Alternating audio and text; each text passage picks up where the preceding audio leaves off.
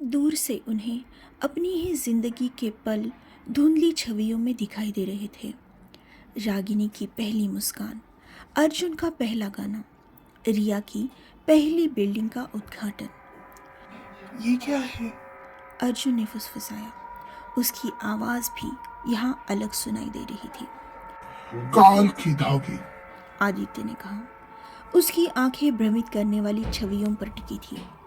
हमें रागिनी को खोजना होगा, उसकी ऊर्जा को महसूस करो। उन्होंने अपने अपने स्मृति चिन्हों को कसकर पकड़ा। रिया ने अपनी आंखें बंद करके रागिनी के लिए अपना सारा प्यार और यादें केंद्रित की। अचानक उसे अपने सामने एक हल्की सुनहरी चमक दिखाई दी। रागिनी की ऊर्जा, ये एक पतली चमकती हुई पगडंडी की तरह आगे बढ़ रही थी। ये रहा, रिया ने कहा, और वे उस चमकती हुई पगडंडी का अनुसरण करने लगे। वे उस भ्रमित करने वाली दुनिया में चलते रहे जहां उनकी अपनी यादें और भविष्य के अस्पष्ट संकेत उनकी राह में बाधा डालने की कोशिश कर रहे थे। उन्हें अपने सबसे सुखद और सबसे दर्दनाक पल धुंधली छवियों के रूप में दिखाई दे रहे थे, जो उन्हें विचलित करने की कोशिश कर रहे थे। एक पल के लिए रिया को रागिनी के जन्म का दृश्य दिखाई दिया। अगले ही पल उसकी मृत्यु का भयानक दृश्य। अर्जुन को अपनी असफलताएं और भविष्य की आशंकाएं दिखाई दे रही थी, लेकिन उन्होंने अपनी आंखें रागिनी की चमकती हुई पगडंडी पर टिकाए रखी। उनका लक्ष्य स्पष्ट था, अपनी बच्ची को वापस लाना। जैसे जैसे वे आगे बढ़े, सुनहरी चमक और तेज होती गई। वे एक ऐसी जगह पहुंचे जहां चमक एक छोटे कोमल प्रकाश बिंदु में केंद्रित थी। ये प्रकाश बिंदु हवा में तैर रहा था और उससे रागिनी की मासूमियत और खुशी की ऊर्जा निकल रही थी। रागिनी, रिया ने पुकारा।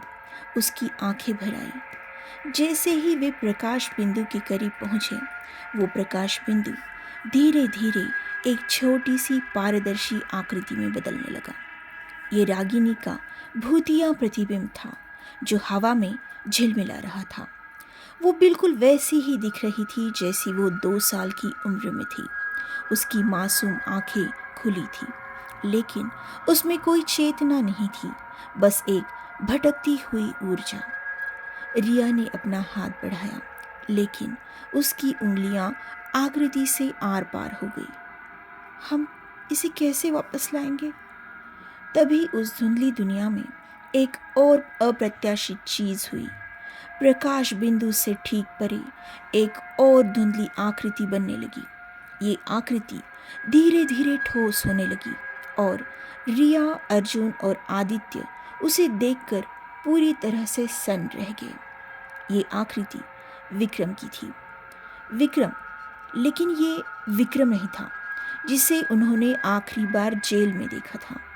ये एक भ्रम था, रागिनी की ऊर्जा से जुड़ा हुआ एक भूतिया प्रतिबिंब, या शायद रागिनी की आत्मा पर उसके प्रभाव का एक अवशेष। ये आकृति क्रोध और ईर्ष्या से भरी हुई लग रही थी, और जैसे ही उसने रागिनी के प्रकाश बिंदु को देखा, उसने उसे अपनी ओर खींचने की कोशिश की। ये क्या है? अर्जुन चिल्लाया। ये विक्रम का अवशेष है। आदित्य ने कहा। उसकी आवाज में तनाव था। रागिनी की आत्मा पर उसका प्रभाव, जो यहाँ एक भौतिक रूप ले रहा है।